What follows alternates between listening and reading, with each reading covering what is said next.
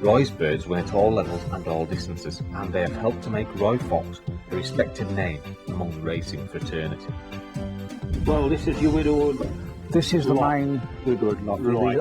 I have 16 cocks in here. 16 cocks? 16 widowed cocks, yeah. At the moment there's only about 9 because I'm making room for the, you're getting for the ready new for ones. The, When they fly straight in these doors into their nest boxes. And next door, that's where your widowers right next door, yeah. Your widowed ends are kept there. I used to have them in a shed up there, in that shed there one time.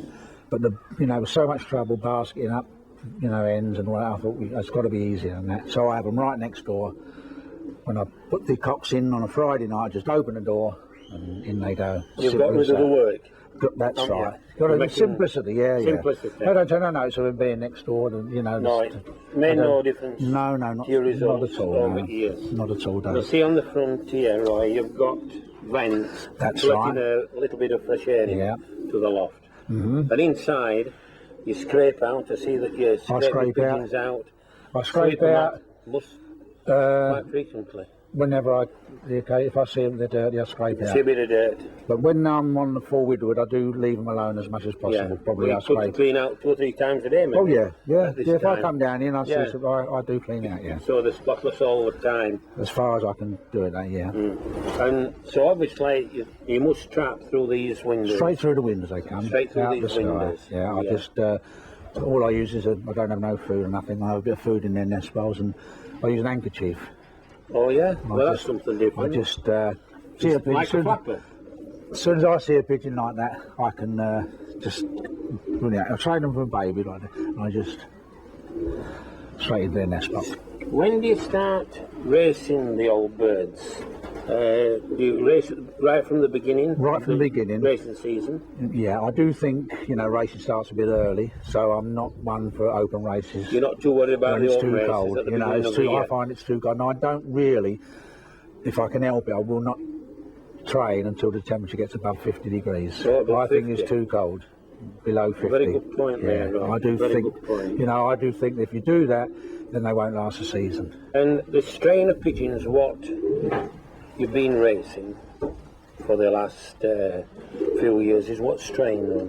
What strain of pigeons have you? Well, they were basically my own pigeons for many years until I suppose I started getting a few Superman bush arts. Oh, Superman bush arts. That's what it started with. I had a pigeon off a friend of mine that bred quite a few good pigeons, so I looked at these Superman pigeons. And then in 1992, I have a friend of mine who was flying with short distance pigeons, a man called Tommy Boggins.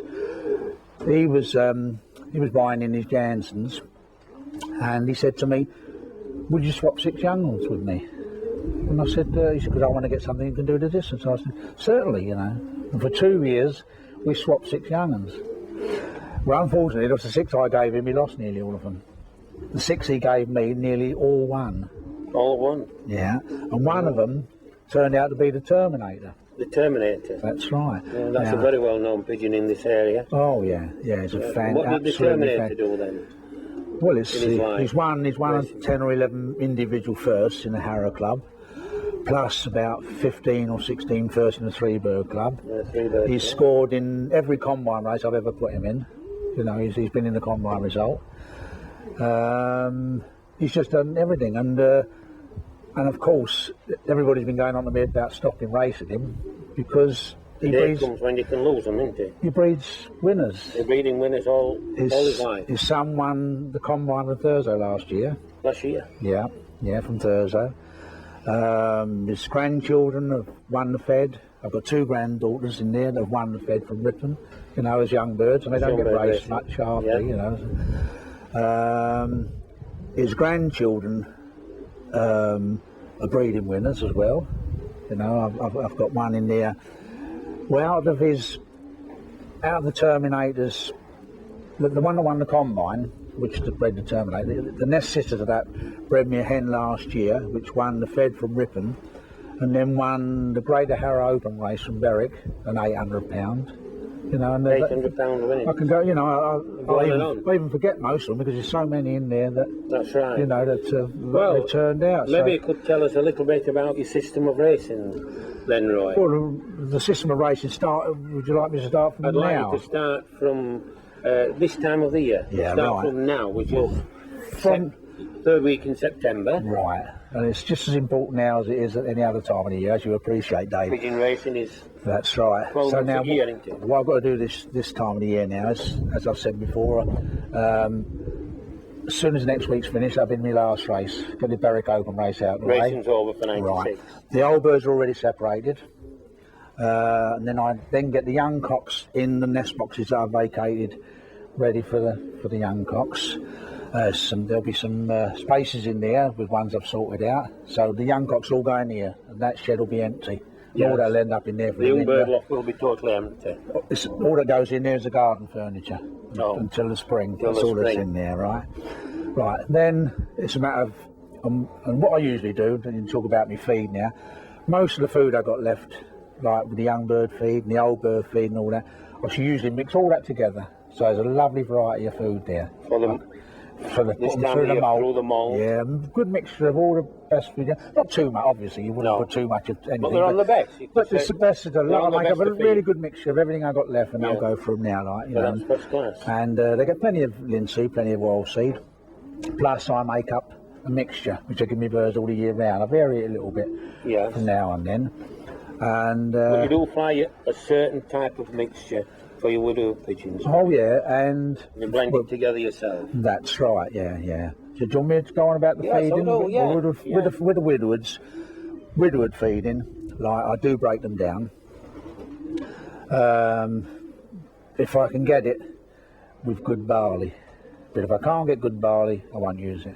I'll buy it because I've seen so many people feeding poor barley, and if you feed poor barley, all you'll do is starve them. And what type of medication? Well, I do them for, I don't very often do them for worms. I've never seen worms in my pigeons, but maybe every couple of years I treat them for worms. I've never seen worms. I don't never seen worms, so you don't worry too much.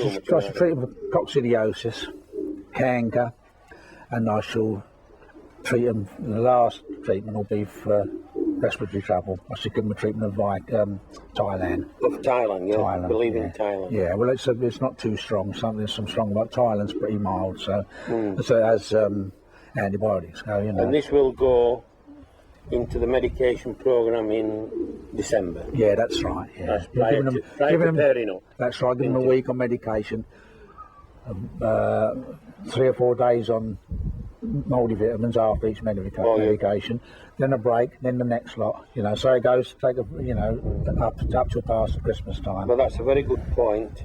That the multivitamin, you use that every interval between every treatment. After you've given treatment, build them back up. That's right. You strongly believe in that. That's right. Yeah. Yes. Yeah. Then when will you pair these cocks up then? Not until the end of January. End of January. Or even if it's too cold, maybe leave them the first week or two in February. Into February. Yeah, I don't panic, you know. And the ends will have been fed exactly the same as the cocks. Yeah. Oh, yeah, no, I haven't gone to the feed.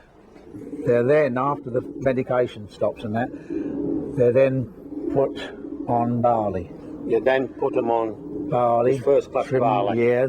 First class. For 2 or 3 weeks. For 2 or 3 weeks. That's right, yeah. Now you're going into the first 2 or 3 weeks in January. Is there a reason why you feed barley? Well, really, to trim them down a little bit. Trim them down a bit. You know, think trim them down. Put a little bit of well, I have. They will have done. You know, because I'm not mad about letting them out too much in the bad weather. You know. No. I mean, if they stay in for weeks, it doesn't bother me. You'll leave them in for weeks at a time. If the weather's bad, yeah. So after I've been on this barley for 2 or 3 weeks, then it's about a fortnight before I pair up.